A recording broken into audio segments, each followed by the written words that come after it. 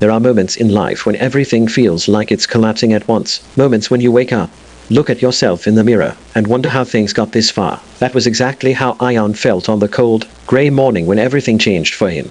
His chest felt heavy, his breath unsteady, and the world outside seemed to move faster than he could keep up with. He had lived 32 years believing he had time to fix his health, time to rebuild his confidence, time to start over someday. But Sunday never came, and life continued piling weight on his shoulders, both literally and emotionally. His reflection didn't just show a tired face, it showed a man who had lost control of his own life. The doctor's words echoed in his mind like a storm he couldn't escape. If you continue like this, things could become serious. It was a warning. A wake-up call he didn't want, but desperately needed. If you believe in kindness, healing, and second chances, please don't forget to like, comment, share, and subscribe. Your support helps bring more life-changing stories to this channel. Ayaan lived alone in a small but quiet apartment tucked behind the busy streets of Lahore. The world outside never stopped buzzing, vendors shouting, traffic roaring, children playing, yet inside his room, everything felt still.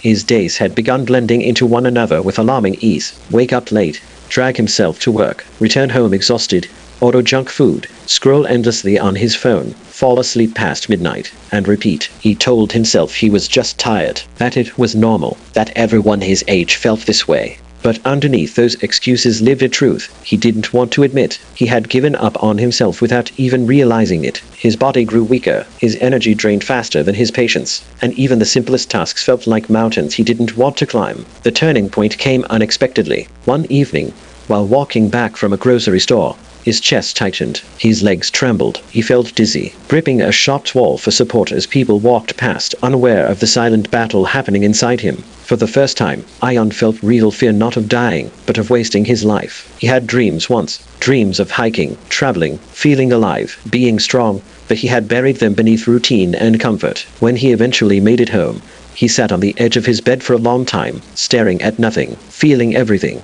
And then, quietly, almost reluctantly, a small decision formed inside him.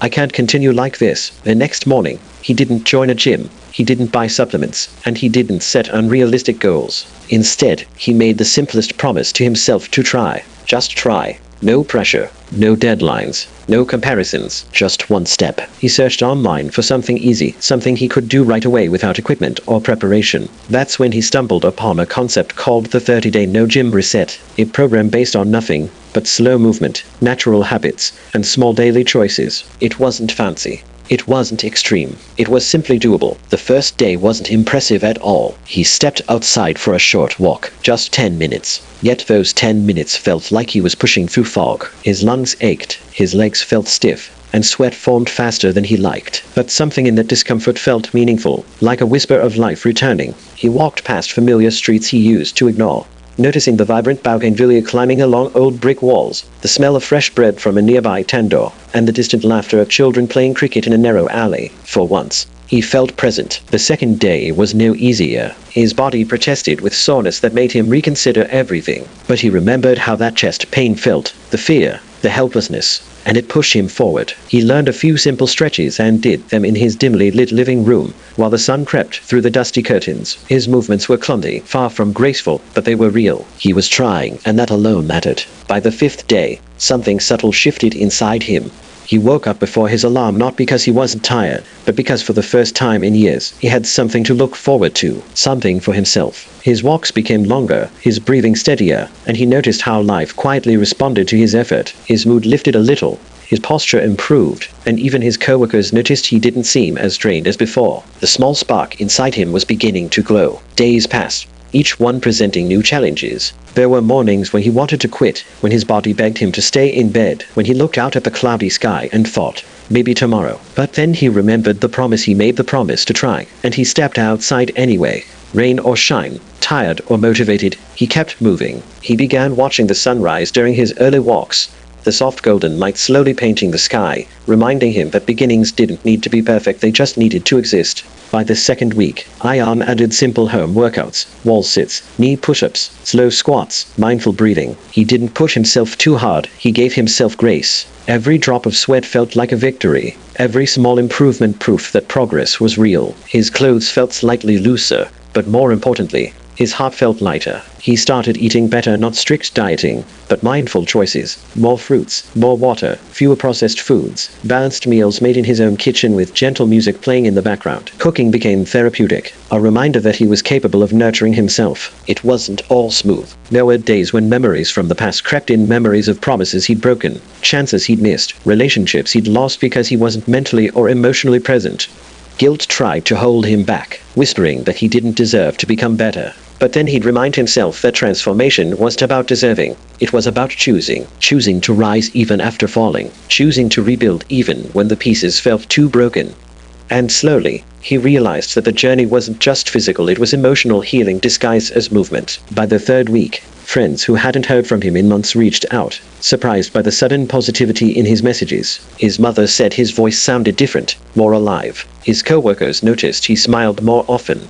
And for the first time in years, he felt proud, not because he had reached the end of the journey, but because he finally believed in the possibility of becoming someone stronger, someone he could respect. The real transformation began on day 22. During a walk at a local park, he noticed something strange. He wasn't tired. His breathing was effortless. His steps were light. He felt strong, stronger than he had in years. Something inside him opened like a door that had been locked for too long. A warm rush of emotion filled his chest, and he paused beneath a tall neem tree, realizing he was no longer the man who stood trembling outside the grocery store. He had changed, not dramatically, but deeply, quietly, consistently. His determination had rewritten the person he thought he was. By day 25, he started journaling, not long passages, just simple reflections about how he felt each day. Reading back his entries, he saw a pattern. He was learning to love life again, to appreciate calm mornings, gentle breezes, the taste of clean food, the peace of a quiet evening, the softness of small victories. He realized happiness wasn't in big accomplishments, it was in showing up for yourself every day, even when no one is watching. As the final days approached, Ayaan looked back and hardly recognized the man he used to be. He didn't lose all his weight. He didn't become a fitness model. He didn't achieve perfection, but he did something far more meaningful. He rebuilt his self-worth. He regained control of his life. And he did it without a gym, without expensive equipment, without waiting for perfect conditions. All he needed was courage, commitment, and 30 days of small steps. If this story has touched your heart or reminded you that change is always possible, please take a moment to like, comment, share, and subscribe. It helps more people find hope through these stories. Before we end, I have one special request. Please comment below what part of Ayaan's journey inspired you the most. And so, on day 30, Ayaan stood once more in front of the mirror, the same mirror that once reflected a man lost in exhaustion, fear, and hopelessness. But now, he saw someone entirely different. Someone who didn't give up. Someone who fought quietly, patiently, gently. His eyes were brighter, his face slimmer, his posture straight. He placed his hand on the mirror not to question himself, but to thank himself. Change didn't come through pressure or dramatic motivation. It came through small acts of self-love repeated every day. And as he stepped away, he realized something profound. Transforming your health isn't about perfection, it's about choosing yourself again and again until the choice becomes who you are. Ayaan didn't just transform his body in 30 days. He transformed his life. He transformed his soul. And he proved that no gym, no equipment, no special conditions are needed when the greatest strength comes from within.